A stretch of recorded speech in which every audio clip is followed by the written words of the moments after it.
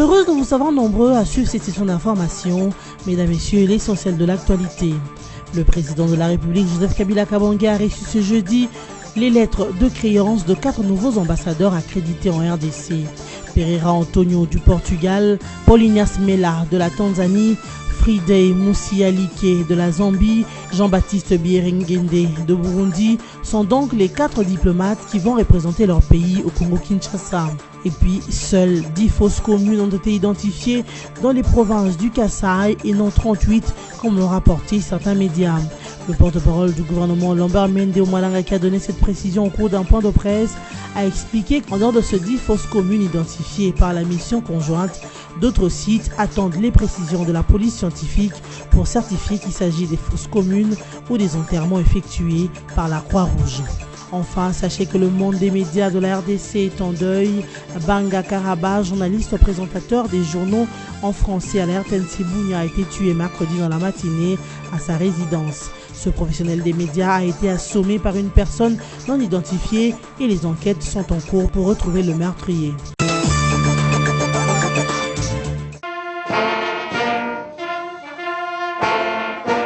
Matinée diplomatique ce jeudi 13 juillet 2017 au Palais de la Nation.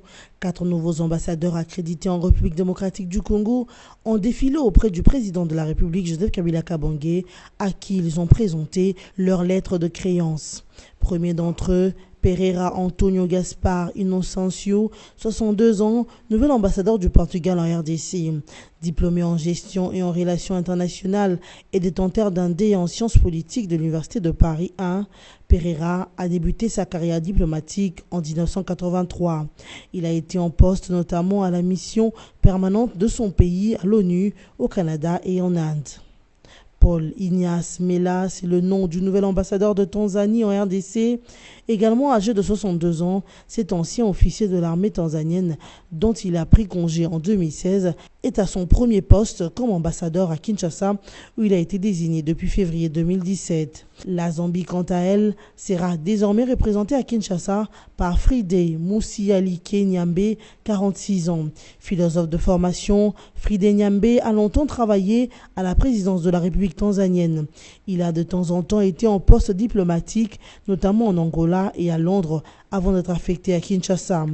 Le dernier hôte du président Kabila ce jeudi a été le nouvel ambassadeur du Burundi en RDC, Jean-Baptiste Bierengende, 50 ans et médecin de formation.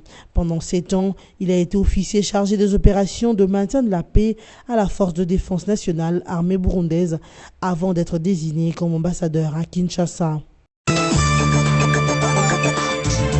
10 fausses communes ont été identifiées dans les provinces de Kasaï et Kasaï central, selon le rapport en cours de la mission conjointe justice militaire, expert onusien, qui se trouve actuellement à Kananga. C'est ce qu'a dit le porte-parole du gouvernement et ministre de la communication des médias, Lambert Mende Omalanga, ce jeudi 13 juillet lors d'un point de presse tenu à Kinshasa. Ce, en réaction à la publication de certains médias qui ont fait état de la découverte des 33 nouvelles fausses communes dans les Kasaï.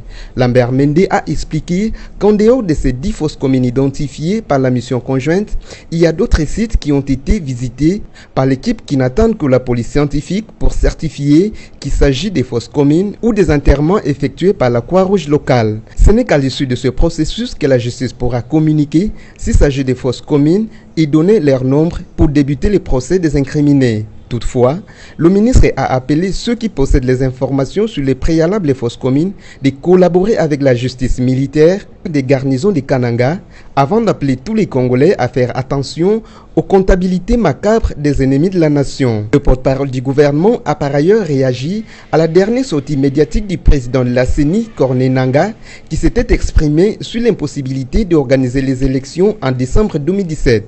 Lambert Mende a laissé entendre que la CENI est indépendante dans ses prises de décision, conformément à la Constitution de 2006 révisée en 2011 et à l'accord du 31 décembre.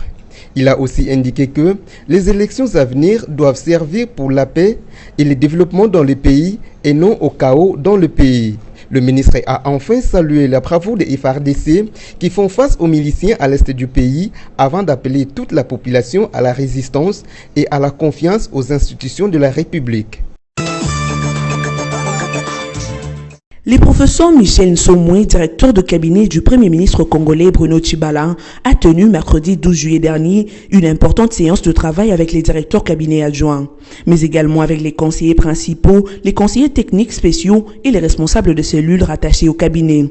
L'unique et le principal objet de cette séance de travail était centré sur la stabilisation du franc congolais. Des réflexions pratiques sont menées afin de monter de stratégies pour amener le taux du dollar de 1650 francs à 1000 francs congolais. Question de stabiliser la monnaie nationale. Au cours de leur entretien, le conseiller principal au Collège Économie, Portefeuille et Bonne Gouvernance, André Kayembe, a proposé une stratégie pour y parvenir. Selon André Kayembe, le gouvernement devra travailler en collaboration avec l'autorité monétaire qui est la Banque centrale du Congo et cela doit se faire au courant de ce mois de juillet. Par ailleurs, André Kayembe annonce la mise en place d'une commission chargée de stratégie dans les prochains jours en assurant la mise en œuvre de mesures efficaces pour amener le taux de change de la monnaie nationale à 1000 francs congolais. 223 hauts fonctionnaires de l'État viennent d'être promus et mis à la retraite au grade de secrétaire général. Ce, au terme d'une série d'ordonnances signées par le président de la République Joseph Kabila depuis le 10 juillet dernier et rendues publiques ce mercredi 10 juillet par le cabinet du chef de l'État. Les trois autres ordonnances portent respectivement sur l'organisation et le fonctionnement du gouvernement, les modalités de collaboration entre le président de la République et le Premier ministre, mais aussi sur la fixation des attributions des ministères ainsi que la mise à la retraite et admission à l'émirata des secrétaires généraux de l'administration publique. Par ailleurs, la 6e ordonnance a trait à l'admission à l'ordre national et des héros nationaux Kabila Lumumba, des secrétaires généraux mis à la retraite. La 7e porte sur la décoration des médailles de mérite civique de 894 agents de carrière publique de l'État.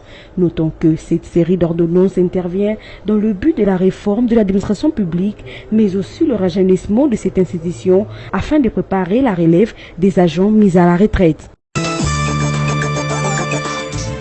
L'ONG Médecins sans frontières exige la libération de ces 3 employés enlevés par le groupe armé ADF il y a 4 ans alors qu'ils effectuaient une mission d'évaluation des besoins médicaux à Kamango dans la province du Nord Kivu. De plus, l'ONG a signalé qu'elle évolue dans une zone coincée entre les montagnes de Rwenzori et les denses forêts du parc national Virunga où les ADF entretiennent un climat de terreur et procèdent aux enlèvements de manière récurrente. À ce jour, des centaines de personnes, en majorité des Congolais mais aussi des Ougandais, Burundais et Tanzaniens sont portés disparus. Considérant ces climats d'insécurité quasi permanente, l'ONG Médecins sans frontières a par ailleurs invité les décideurs et les personnes influentes en République démocratique du Congo et dans la région de s'engager pour la libération des personnes enlevées dans un plus bref délai. Plus de 40 éléphants ont été abattus au premier semestre de 2017 dans le parc de Garamba situé entre les territoires de Dungu et Faradje dans la province de Haut-Uele. Ce chiffre a été livré à la presse le mercredi dernier par un haut responsable du parc de Garamba. Établissant la comparaison entre le premier semestre 2016 et le premier semestre 2017, ce haut cadre reconnaît quelques avancées dans la gestion du parc de Garamba, d'autant plus qu'en 2016, l'on avait enregistré une perte d'environ 88 éléphants contre 45 en 2017. Par ailleurs, il s'est plaint du fait que le parc fait l'objet d'incessantes menaces qui, selon lui, viennent généralement des éleveurs non contrôlés provenant de pays voisins.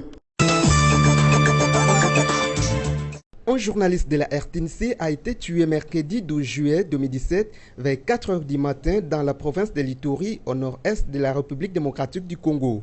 Le vice-gouverneur de l'Ituri, Pacifique Keita, a déclaré à l'agence France-Presse AFP que l'illustre disparu a été tué par une personne non identifiée qui l'avait assommé avec un objet contendant ayant causé sa mort dans sa résidence. Pour sa part, Serge Karaba, président provincial de l'UNPC Ituri, a fait savoir que leur confrère Dino de Banga Karaba de la RTNC fut présentateur des informations en français à la radio publique à Bunia depuis plus de 20 ans. Cependant, pour exiger toute la lumière sur ce meurtre, Serge Karaba a décrété immédiatement des journées sans radio et sans journaux de mercredi à jeudi 13 juillet 2017. La mort inopinée du journaliste Banga Karaba a attristé tous les habitants de la ville de Bunia, vu que ce dernier était réputé pour son sens élevé de la mesure et de l'équilibre dans sa profession. La police et tous les services concernés sont mobilisés pour retrouver les tueurs et connaître les raisons qui l'ont poussé à commettre ce meurtre.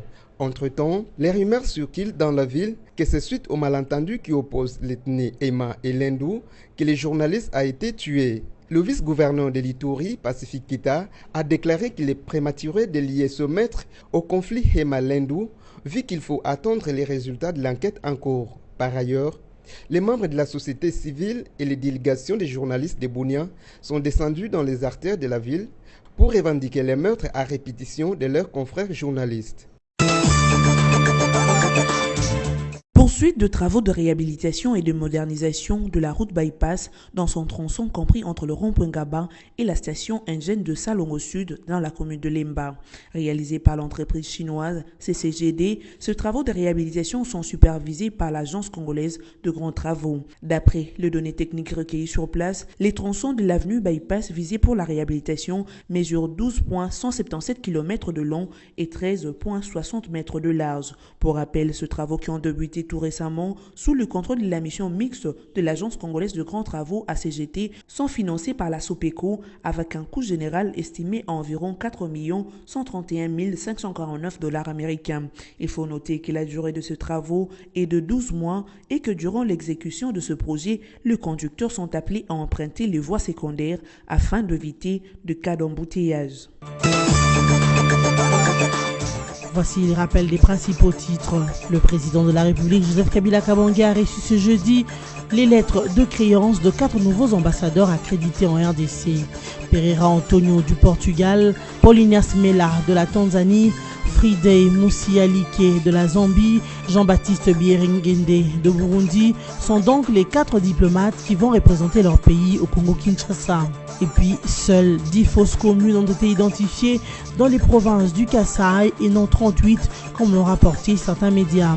Le porte-parole du gouvernement, Lambert Mende Omalanga, qui a donné cette précision au cours d'un point de presse, a expliqué qu'en dehors de ces 10 fausses communes identifiées par la mission conjointe, d'autres sites attendent les précisions de la police scientifique pour certifier qu'il s'agit des fausses communes ou des enterrements effectués par la Croix-Rouge. Enfin, sachez que le monde des médias de la RDC est en deuil.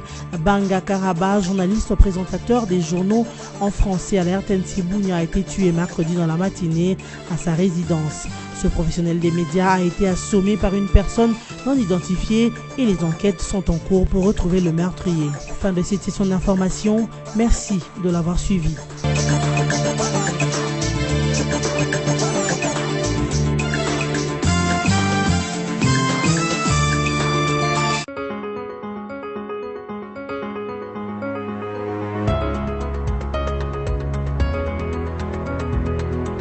Mesdames, Messieurs, bienvenue à cette revue de presse des journaux en ligne de ce jeudi 13 juillet 2017.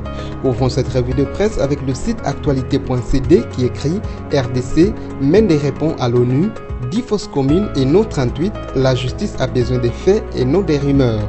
Certains médias et le Bureau conjoint des Nations Unies aux droits de l'homme avaient annoncé la veille la découverte de 38 nouvelles fausses communes probables à Diboko et à Sumbula dans la province du Kasaï.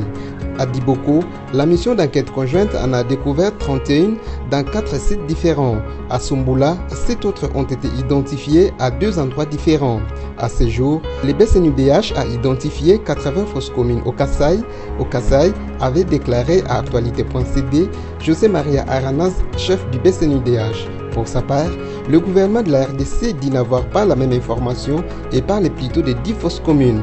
Lambert Mende indique que, d'après les informations rapportées par la mission conjointe conduite par le parquet militaire congolais avec la cellule d'appui aux poursuites et la MONUSCO, il s'agit de 3 sites, notamment à Diboko, de 2 sites à Sumbula où l'on signale des fausses communes présumées mais dont personne ne peut encore avoir la certitude faute d'exhumation et en raison de l'absence des éléments de la police scientifique. Dès lors, et pour l'instant, les magistrats et enquêteurs qui ont été guidés par les éléments de la Croix-Rouge locale se sont limités à sécuriser les 10 sites.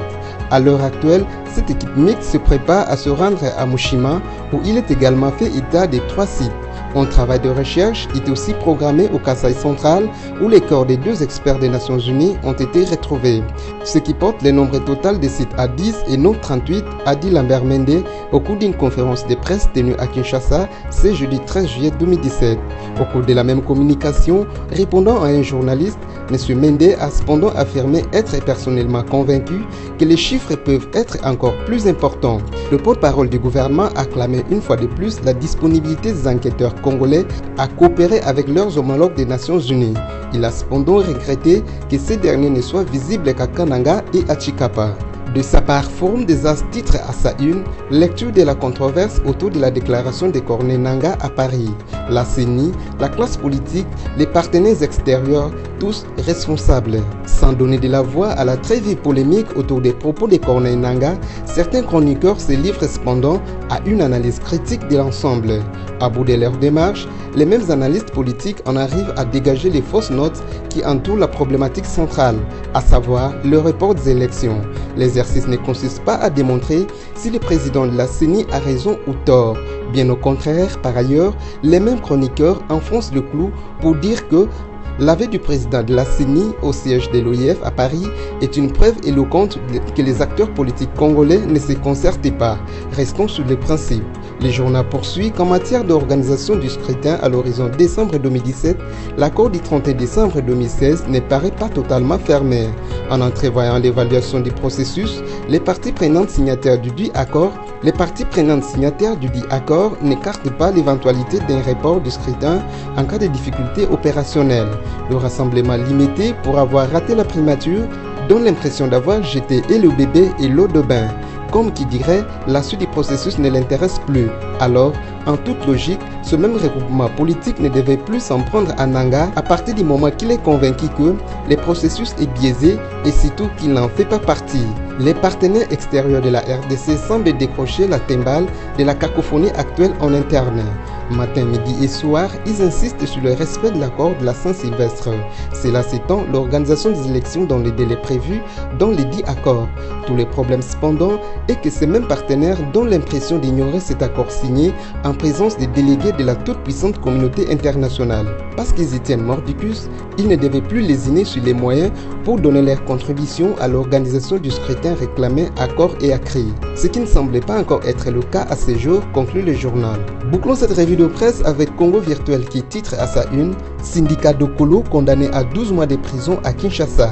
Syndicat Dokolo et son frère Luzolo Dokolo viennent d'être condamnés à 12 mois de servitude pénale principale et au paiement des dommages et intérêts de 15 000 $ dans l'affaire qui les opposait à la succession Kasumwani devant le tribunal de paix de Kinshasa à Sosa, siégeant en matière répressive au premier décret et qui a rendu son verdict en date du 4 juillet 2017.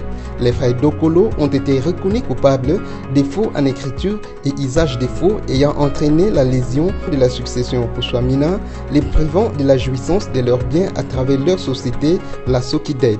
Le site du groupe BC rappelle que la gestionnaire statuaire de Sokidet, Sal, après la mort de leur père, Yvonne Kaswamana, le site du groupe BC rappelle que la gestionnaire statutaire de Sokidet Sal après la mort de leur père, Yvon Kuswamina, avait saisi la justice en vue de récupérer leurs biens immobiliers spoliés par des inconnus, alors que la succession détenait tous les certificats originaux de 10 biens meubles et immeubles, soit plus de 6 maisons à usage commercial, ainsi que des terrains disséminés à travers la ville de Kinshasa.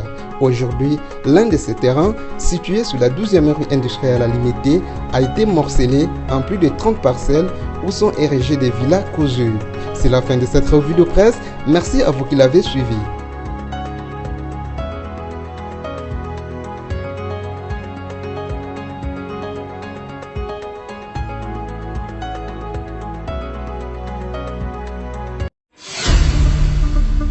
Congo Panorama, votre magazine d'actualité est de nouveau dans vos bacs, dans sa 24e édition, toujours aussi riche que diversifiée. Découvrez nos rubriques telles que la coopération et la diplomatie avec Joseph Kabila et Al-Sisi qui renforcent l'axe Kinshasa-Le Caire. La CIRGL fait bloc avec Kinshasa contre le terrorisme et les groupes armés. Économie et finances, le FPI cimente son partenariat avec la FEC. Henri Avmoulang stimule les opérateurs économiques de l'Est.